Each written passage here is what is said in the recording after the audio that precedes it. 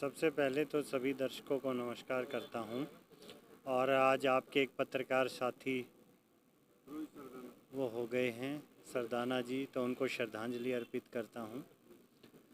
और अभी आपने कहा किसान आंदोलन तो चल ही रहा है और सक्सेसफुल चल रहा है।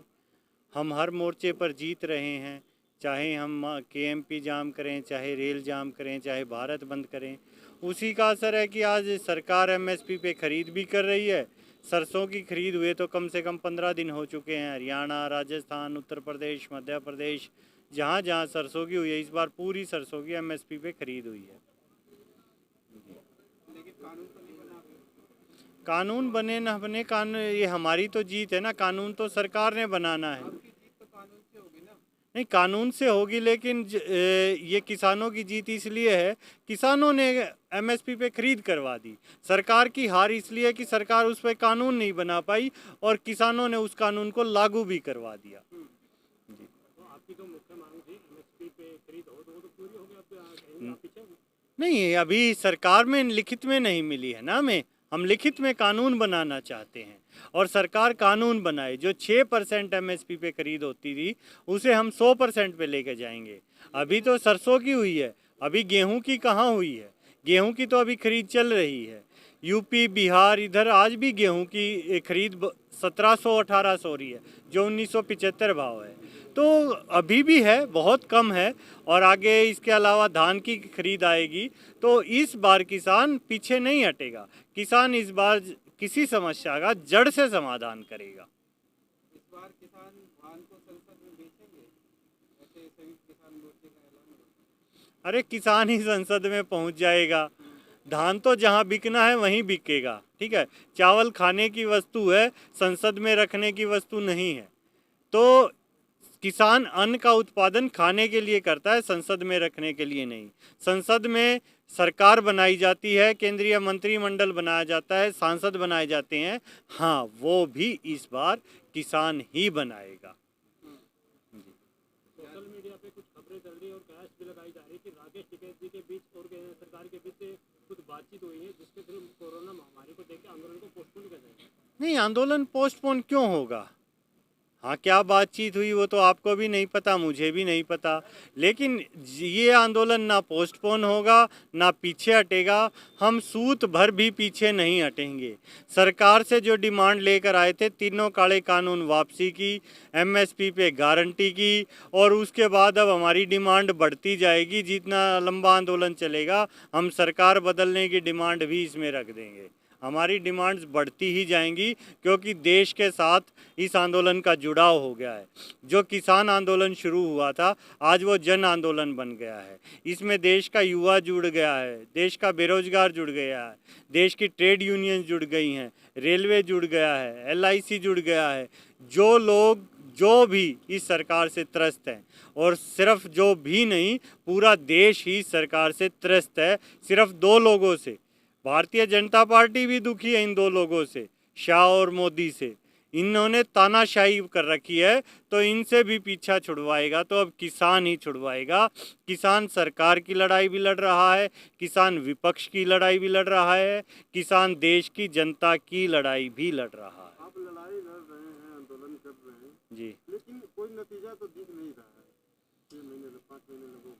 ये बात आप मोदी की तरह 6 बार बोल देंगे तो सच थोड़ी हो जाएगी। नतीजा अभी आपको बताया, दोनों नतीजे सामने आए। किसान की सरसों एमएसपी पर बिक गई है, ठीक है, वो किसान आंदोलन का नतीजा है। और उसी सरसों को अब पूंजीवादियों ने स्टोर कर लिया है। जो भंडारण अधिनियम बना है, उससे किसान की तो 5,000 रुपये बिकी थी, आज वो 7,000 रुपये चली गई। क्यों? उस भंडारण के कारण। जो किसान लोगों को, आम आदमी को बता रहा था कि सब्जी खाना महंगा हो जाएगा अनाज, तो आपको बता दे 3 महीने के अंदर सरसों का तेल 100 रुपये से 200 रुपये हो गया। वो कौन खरीदेगा? किसान तो अपनी सरसों है घर से निकलवा लेगा। ये दिल्ली एनसीआर जो लोग मेट्रो में रहते हैं, जो मध्यम वर्गीय परिवार हैं, उनकी महंगाई कितनी हो गई? डबल। किसने की? वो पूंजीवादी व्यवस्था ने की।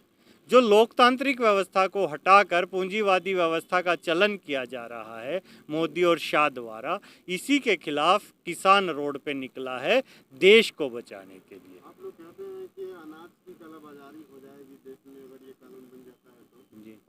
महामारी का दौर चल रहा है और ऑक्सीजन की किल्लत अपने देश में, तो ऐसा नहीं लगता है कि ऑक्सीजन की भी कालाबाजारी हो रहा है कहीं ना कहीं देश में? बिल्कुल हो रही है।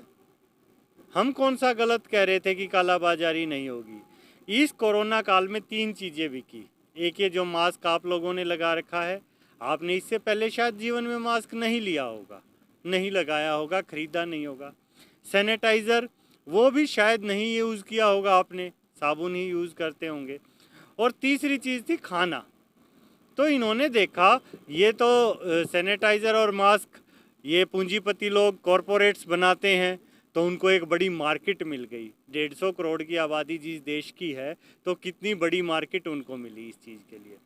तीसरी चीज़ खाना था, जो पिछले लॉकडाउन में लोगों ने फ्री में खिला दिया।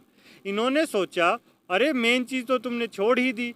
आदमी मास्क सैनिटाइज़र के बगैर रह सकता है, लेकिन खाना उसे दिन में 2 टाइम चाहिए ही चाहिए। तो इन्होंने 5 जून को ये अध्यादेश लेके आए और ये कालाबाजारी के लिए कि इस खाने पे और कब्जा करो। खाना कितना समझते हैं आप, कितना अनाज उत्पादन होता है? आप गवर्नमेंट ऑफ इंडिया के डाटे देखिए। जो गेहूं का उत्पादन है, मोटे अनाज में गेहूं यूज़ होता है, वो हरियाणा, पंजाब, वेस्टर्न यूपी इधर ही होता है, कुछ राजस्थान, मध्य प्रदेश, क्योंकि ये 4 से 8 डिग्री टेम्परेचर की फसल है। दक्षिण भारत के अंदर इतना टेम्परेचर ही नहीं जाता, ये बार बार कहते हैं यहाँ। तो ये लिमिटेड एरिया में होता है और टोटल 1 से 1.5 लाख करोड़ तक का होता है। अडानी इनके पास कितना है, बैंकों से इनको 6 लाख करोड़ रुपया दे रखा है। तो ये 3 साल का भी स्टोर कर सकते हैं हिंदुस्तान का अनाज। अगर 3 साल इन्होंने स्टोर कर लिया, मैं ये कहता हूँ हिंदुस्तान की 138 करोड़ जो आबादी है, उसका इन्होंने इतना स्टोर कर लिया, तो रोटी कहाँ से खाएंगे? जो आज ऑक्सीजन की कालाबाजारी दिख रही है, ऑक्सीजन कितने मरीज यूज़ कर रहे होंगे? 1 करोड़। एक्टिव केस कितने हैं हिंदुस्तान में कोरोना के, बताइए आप? अभी 1 करोड़ भी नहीं हुए हैं। तो आप पूंजीवादी व्यवस्था का सिस्टम देखिए, वो 138 करोड़ लोगों की चीज़ कैप्चर करना चाहते हैं। जब ऑक्सीजन की इतनी कालाबाजारी है, 1 करोड़ केस एक्टिव भी नहीं है, तो 138 करोड़ पर देखिएगा अनाज की कैसे कालाबाजारी होगी। एक तरफ सरकार कहती है कि हम देश की अर्थव्यवस्था को 5 ट्रिलियन बनाएंगे, वही दूसरी तरफ अभी देखिए इस महामारी में ऑक्सीजन फॉरेन कंट्री से लेना पड़ रहा है, सऊदी अरब से लेना पड़ रहा है। क्या देश इतना गरीब हो गया कि अब हम दूसरे देश से हेल्प लेंगे? देश को तो इन्होंने भूटान, पाकिस्तान, बांग्लादेश से भी पीछे कर दिया है। ये मोदी शाह का अहंकार है इनका। ये सिर्फ अपना और कुछ 2 इनके दोस्त हैं, हम 2 हमारे 2, ये उस पूंजीवाद की तरफ देश को ले जा रहे हैं। आज इनने देश को धरातल में पहुंचा दिया है। ये इनकी तो और आप कभी प्रश्न करें तो इनका बेशक प्रश्न भी मत कीजिए आगे, क्योंकि ये झूठ बोलते हैं। झूठ बोलते हैं हम ये कर देंगे 5 ट्रिलियन। अरे भाई 5 ट्रिलियन कहाँ हो गई? आप बताएं कि ये चीज़ अच्छी हुई है। मोदी ने कहा था कि 50 दिन तक नोटबंदी में कहा था अगर गड़बड़ हो तो मुझे किसी चौराहे पे बुला लेना, टांग देना। आज कहाँ है? या तो वो ये बताए कि इससे ये फ़ायदा हुआ है और नुकसान हुआ है तो चौराहे पर आ जाएं। दम रखें। 56 इंच का सीना कहाँ चला जाता है? जब जनता को जवाब देने की बात आती है तो ये 56 इंच का सीना पता नहीं कहाँ गायब हो जाता है। देश को सिर्फ बहकाने के लिए अपनी मन की बात कहने आ जाते हैं। अरे भाई, देश ने आपको मन की बात बोलने के लिए नहीं, देश के मन की बात सुनने के लिए चुना है। सरकार हम इसलिए चुनते हैं कि वो हमारी सुने। जो देश की जनता चाह रही है वो सरकार करे। वो किसी कंपनी के बोर्ड ऑफ डायरेक्टर नहीं है कि ऊपर से आदेश देंगे और हमें वो मानने पे मजबूर होना पड़ेगा। लोकतांत्रिक देश में हम आज़ाद लोग हैं, और जब सरकार और विपक्ष मौन हो जाता है तो देश की जनता सड़कों पर आ जाती है, और जब किसान सड़कों पर आ जाता है तो ये चौधरी साहब ने कहा था कि वो सरकार की रीढ़ भी तोड़ देता है। किसान नेता गुरनाम सिंह चड्ढू ने बयान जारी किया है। उन्होंने ऑक्सीजन, बेड, ये सारी व्यवस्थाओं को लेकर कहा है कि जो जिन लोगों को ऑक्सीजन नहीं मिल रही, बेड नहीं मिल रही, वो एमएलए और एमपी से जाके बोले कि हमें दिलाइए। क्या कहना चाहेंगे? इसमें थोड़ा संशोधन कहता हूँ। उन्होंने ये नहीं कहा कि वो बोलें और दिलाएं, उन्होंने कहा उनके घर पे चले जाएं, और मैं भी इसका समर्थन करता हूँ। एमएलए एमपी हमने किस लिए चुने थे? उनके घर जाना चाहिए। जो भी कोरोना से बीमार है उनके घर जाओ, उनके बेडरूम पे कब्जा कर लो। क्यों, किस लिए? आज 1 साल से ज़्यादा हो गया महामारी में, इन्होंने लॉकडाउन किया हुआ था। तो या तो वो एमएलए और एमपी ये बता दें कि हमने इतनी ऑक्सीजन प्लांट लगाए, इतने वेंटिलेटर खरीदे। भाई उनके घर जाएंगे तभी तो वो बताएंगे कि वहाँ हमने पिछले साल नए वेंटिलेटर खरीदे हैं, जो कोरोना फंड था उस वेंटिलेटर पे आप चले जाइए। आप कह रहे थे उनके घर पे जाके उनके बेडरूम पे कब्जा कर लेना चाहिए। 2 दिन पहले दिन से खबर आई थी कि एक विधायक के घर पे विरोध करने किसान गए थे, तो विधायक का बेटा और भतीजा उनको हथियार दिखा के डराते हैं। तो क्या लगता है कि वो कब्जा करने देंगे? अरे क्यों नहीं, आप किसान को कमज़ोर समझते हैं क्या? आज क्या बयान आया है, आधी खबर है, मैं इसको पूरी सुना देता हूँ। उसी विधायक का बयान आता है कि वो तो एयर गन थी और पड़ोस के कुछ बच्चे आके हुए थे। उन्होंने साफ मना कर दिया कि उनका लड़का और भतीजा नहीं था। उन्होंने साफ कहा है कि बंदरों को भगाने के लिए पड़ोस के कुछ बच्चे एयर गन लेके आए थे। अगर इतना ही सामना करने की होती तो वो साफ कह देते हाथी और निकाल ले बंदूकें। कौन निकालेगा बंदूकें? हम कोई बाहर से आए हुए दुश्मन थोड़ी हैं, इस देश के नागरिक हैं। और ये किसान ही हैं जिन्होंने अपनी दरातियों को पिघलाकर तलवारें बनाई हैं। इनसे किसानों से लड़ने की हैसियत ही नहीं है। मोदी और शाह किसानों से लड़ेंगे क्या? उनसे पूछ लेना उनके गांव में कितने शहीद हुए हैं या कितने लोग परिवार से सेना में हैं।